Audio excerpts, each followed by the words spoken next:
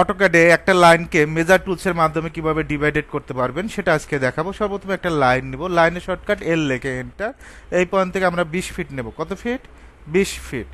এখন আমরা এটা যদি 6 ফিট পর পর ডিভাইডেড করতে চাই সেটা ডিভাইডেড করতে পারবো। এম ই এ লেখে এন্টার, মেজার, এই যে মেজার লেখাই আছে, জাস্ট ক্লিক করবা।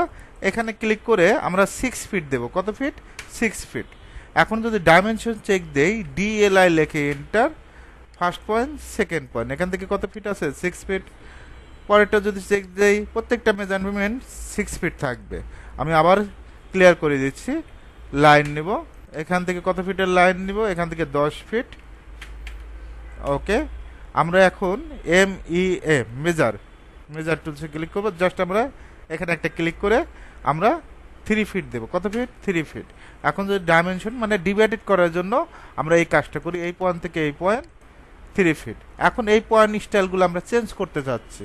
কোথায় যাব? ফরম্যাটে যাব। ফরম্যাট থেকে পয়েন্ট স্টাইল, এখান থেকে পয়েন্ট স্টাইলে যাব। এখান থেকে আমরা জাস্ট পয়েন্টগুলো আর সাইজটা আমরা 10 ইঞ্চি করে দিব। কত ইঞ্চি? 10 ইঞ্চি। পয়েন্টগুলো চেঞ্জ হয়ে গেছে।